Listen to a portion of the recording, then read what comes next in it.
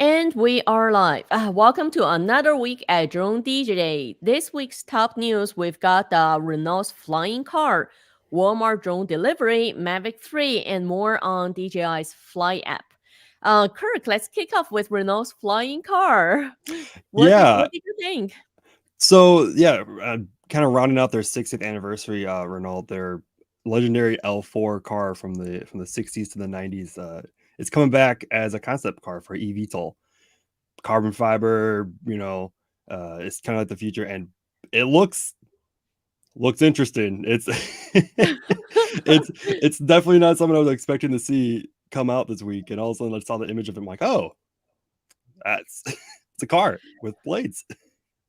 Yeah, I was thinking, if they can make this work, when are we gonna see it, the actual flying DeLorean? When I saw it, one of the first things that went through my mind was, there's like golf carts, and my grandparents lived in the villages in Florida, and the golf cart central everywhere, and you get these normal golf carts, and all of a sudden every so often you get like a golf cart made out of like like a classic car. That's what I thought this looked like. Was like, oh, it's like the classic car version of a eVTOL, pretty much. I thought it was cool, and then I watched the video. So actually, if you read through the post in the middle of it, we actually shared the actual YouTube video as well. So I took some time watched the video. Um, some interesting specs though. I mean, first of all, they rated the carbon fiber, so they basically rated the whole shell of the car, and Mhm. obviously they're trying to cut down on the weight. And I also looked at it. It's 22,000 milliamps for the battery, and four of them basically flying parallel. Actually, when I got into drone industry, I started off by building big heavy lift drones based on free fly systems to fly for film set. So we had two 16,000 milliamp batteries flying parallel. And that's powering a 23 kilogram drone, so about 50 pounds, right? Yeah. We got 8 minutes of flight time out of that. So I'm wondering, it doesn't say what the actual weight of this Mhm. Renault is. But if it's 422,000 milliamps of the batteries, and if we do the math here, I'm not sure how long I can actually fly. And we already saw a comment at the end of the post of just gonna go. It's fine. Try to find the comment there. There we go. We already saw a comment of someone saying, is it going to just hover 6 feet off the ground, or is it actually going to fly? Because that is a big difference. Yeah, it is. Like of course, they've stated this as a concept, so it's definitely not ready for production anytime soon. And we've seen that a lot come from. It's very common in the automobile industry for concept cars, and then they never come to market. Of Uh, course. but this is kind of like an industry that's growing, and um, I know where I used to live in Florida, they're building an actual like park in the future for eVTOLs for transit around Orlando. So like it's coming. And Renault has been. They started out, of course, like a legendary, a legacy, automobile maker, and they've now transitioned from uh, internal combustion engines to EVs and plug-in hybrids, and now maybe this is their way of like, hey, yeah, like the next step is flying cars. So like this is kind of like our step into this industry. We're not gonna, we're gonna actually all of our cars will just maybe might come like this eventually, which is, yeah, it's very cool. Definitely. Like I said, I started off from building bigger drones Yeah. and looking at this concept car. I have to say, I don't know how comfortable I would be sitting in that car with those carbon fiber, really sharp carbon fiber blades spinning at how many thousand RPMs, right at my feet, right? Yeah, and the windows open. Like I can't imagine how loud this is going to be. Like you're gonna need some ear protection in this thing. Um, It is fairly loud. Um, so And looking at the landing gear seems I don't know, it seems the whole design of it seems really raw to me. It doesn't seem to be refined. no, no, and if this is legit, like they're actually going to be turning the L4 the 4L into into this, maybe this is like a very early throw it together, Early see stage. just to get some good publicity off of it, and then maybe in the future we'll see like more of an updated version for one of the newer cars, turned into one of these. since even the Renault was turned, the 4L was turned into a EV before they started doing EVs as well. So we might see some of their other lineup, their SUVs or their they have a transit van as an EV now, do like something like that turned into like a heavy lift, massive car or flying car. Yeah, I feel like we need to do a roundup on all the flying cars, or this specific design of flying cars. There's Hmm. definitely been a few around.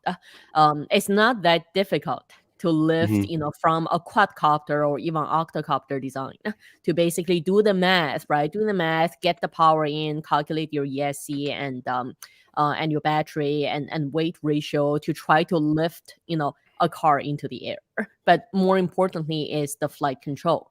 Is can you actually deliver? Can you actually drive someone from point to point? What's powering your flight control? What's powering your navigation? What's safety? Those are the interesting aspects too. Yeah, there's definitely a lot of more details we need to learn about this before a serious what it might be. Yeah, and we've got the interesting comment here as well. Probably has better firmware than a Mavic Mini. I presume that's Mavic Mini Yeah. on launch. Yeah, Mm. definitely. But I mean, again, because this is concept based, right? We Yeah. don't really have more information on it. And I'm really looking forward to someone coming up with the flying DeLorean. And just I'm kind of tired of seeing someone just putting a shell of the car on the quadcopter. If they we need to fly in DeLorean. That's like the only way. Like that, I'm surprised no one's done that yet. Definitely. Yeah. So moving up, next piece of news is on Walmart's drone delivery. So what I thought would be interesting is when I first read Ishvina's article on DroneDJ, it actually said, "Hey, here's how to place your order." So I Hmm. figured, you know what? How about let's try placing an order? I'm actually share our screen and let's try to place an order together. Yeah, it's a little difficult. So they're only available in 3 different cities in Arkansas. Which why Arkansas? I don't know why. That's a very interesting state to choose. I would have expected maybe like the outside of Seattle or somewhere in California or something like that, or even Vegas. But yeah, no, some 3 little cities in Arkansas or that you can choose from, and then you have to go through their own drone up there. Ordering Yeah, ordering process. service. Yeah. Yeah. So I mean, what I did is I basically I went to Farmington, right, Mhm. and I found a Walmart there. And I figured, hey, how about if I pick an address from Google just across the street, and it happens to be the Farmington Police Department. So what if I put their address? Would it work? Let's see. Nothing is happening though. Yeah. Uh, so it is like they do. I think they're really trying hard to make sure that these are only going to proper areas. But With you would think that if I go to the website, it should give me, if it's showing me an app, maybe it should show me the actual areas they can yeah. deliver to. Well, these are it's straight up to deliver it to your your doorstep. So they're only allowing residential addresses. I assume. I'm assuming there's something on this site that's going to block out anything non-residential. Um, Okay, so the police department is non-residential. Let's Yeah, try. police department wouldn't be I'm gonna I mean, pick I don't what think I the police department would suspect be, would be residential super excited about a drone just dropping like a drone random delivery. package to their front door. Um, so So and this looks like a residential address. I'm gonna try yeah. this. I wouldn't be surprised also if there's something on the site that you might have to use a VPN to even like look at it, be like, oh, your IP is not even coming from the area. To stop, possibly, people just trying to do it for fun. But this is Right. it's also Amazon's been teasing this for years, drone deliveries, and Walmart kind of beat them to it, at least in a very limited way. So this I can't wait. Hopefully it'll come to Milwaukee. Usually things take about 10 years to get to Milwaukee, but hopefully maybe it will sometime come, because it would be a lot of fun, blow my parents' mind. have something Yeah, delivered so to their basically door. this is as far as I've been able to make it to. Starting from the homepage, we tried Hmm. putting in the address. Unfortunately, that didn't work. I tried going into shop, and again, it's just asking me to put the address, which Yeah. doesn't really take me anywhere. And the address popped up from their system. I even selected it, and nothing is happening. So Yeah. if you're watching this, and if you happen to make it work, please leave the comment below and help us understand how it actually worked for you. Because certainly we've tried. Yeah, we keep getting stuck at this screen. It does look also it'll be pretty. It's pretty limited on what you can get. It looks like it's probably maybe like a 1 foot by 1 foot by 1 foot, little box you can probably put stuff in. Part of that's based off weight and also just the size of the drone that they're using. We only saw one size, so maybe I don't know if they have multiple sizes, but I would assume they're all the same size drones.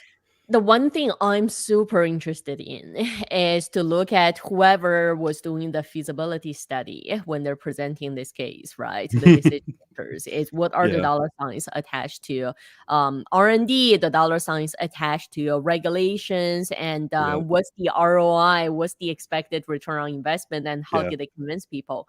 I've got to give it to them. I always love to see people trying new things, Hmm. and that's definitely exciting. And even not seeing the immediate return. And the fun part of R&D is most of the time you're testing out what doesn't work, right? and Yeah. and even eliminating what doesn't work is definitely progress, is improvement. Hmm. So I've got to give it to them at least for trying, and will be interested to see, can we dig further into what's the business case justification from here. Yeah, and it'd be also interesting to see like if they've looked into like what's the chance of the probability of failure of like a drone not making it, like the drone crashing into a wire or a drone crashing into a tree before getting in there again. What's their process for recovering that? And like there's gotta be some more legal issues there. Like you crash a drone into someone's house, like what is No there like kidding. all right, yep, we pay for everything to fix it up and yep, or is there like a waiver of like, yeah, well, if it hits your house, you're in charge of the liability of that. So be interested to I see how find that it all works. also Yeah, I find it also interesting just to compare the stats. Hmm. It's one thing to say, hey, what's the probability of a drone falling onto your house? Hmm. But comparing that, against what's the probability of a car crashing into your house, right? Yeah, Just by driving up and down the road. yeah. I believe recently there was a Tesla accident when someone was speeding through a neighborhood. Hmm. Um, so it's always comparative. Right, it's, Yeah. it's never just talking about how dangerous is this one solution, or how reliable is this one solution. It's always comparing that to existing solutions, and is this better? Is this even greener, safer, right? Yeah. What's is this cheaper than just having someone deliver it? Like we'll see. Probably it's probably the reason why they've only done it so small, just as a test to see if this is actually feasible. So Definitely. uh Final major news for this week is back to DJI on Mavic 3, as well as the DJI Fly app. So what's interesting is, because I guess there's so many complaints on the smart features on Mavic 3 not working, so DJI has decided to extend the warranty on both the regular warranty extension as well as the refresh coverage. Let me just open up our story on this. yeah, so basically, if you're buying a DJI Mavic 3 before the new year, you'll get it's not like if you buy it now, you'll get two free months of like of either extended warranty or the refresh coverage. But it's like kind of like they set the default start time to February 8th, and so no matter when you buy between now and New Year, that's when it starts, but you're still covered before that.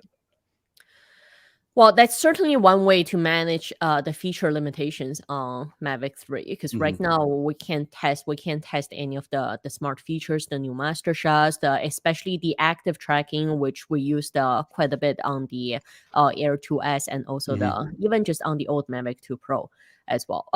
A lot of limitations, and also related to the Fly app. It's also Google's Pixel 6 phone seems still incompatible with the DJI Fly app. So if you have a Google Pixel 6 phone and you connect the drone or your DJI, any of the DJI Fly app drones. So basically your Mini, the Air 2, Air 2S, and the new Mavic 3, none of them is going to work with your Pixel 6 phone. Yeah, it's kind of it's weird because there must be something with the new, with the new features that Google are coming out with Android. Although it works with other Android phones which are running some sort of flavor of Android. Although I guess if you're looking at the software engineer team, they're like who are working on the Flight app, like, all right, like we got to fix these issues with the Pixel, and they're like, okay, well, how many users are using the Pixel? And then they look like, okay, well, the market share worldwide is only 1.8% of smartphones for Google in general. So I'm sure it's on the list. I'm sure it's pretty far down the list. So, and it's not the first time we have yeah. software incompatibility issues with either DJI apps or any other apps. So a couple of things. I mean, first of all, based on the pictures, we shared the link of the full article in the video description as well. So please take a look if you're on Pixel 6, because looks like it's the video feed that's not coming into the drone, because essentially whatever controller you use is still connected. That command and control link is still live from your controller to the drone. So technically speaking, you can control the drone, right? You can fly it. You just don't have the video feed from what's actually displayed from the drone camera. So there's a difference between the phone doesn't work versus you can't fly the drone.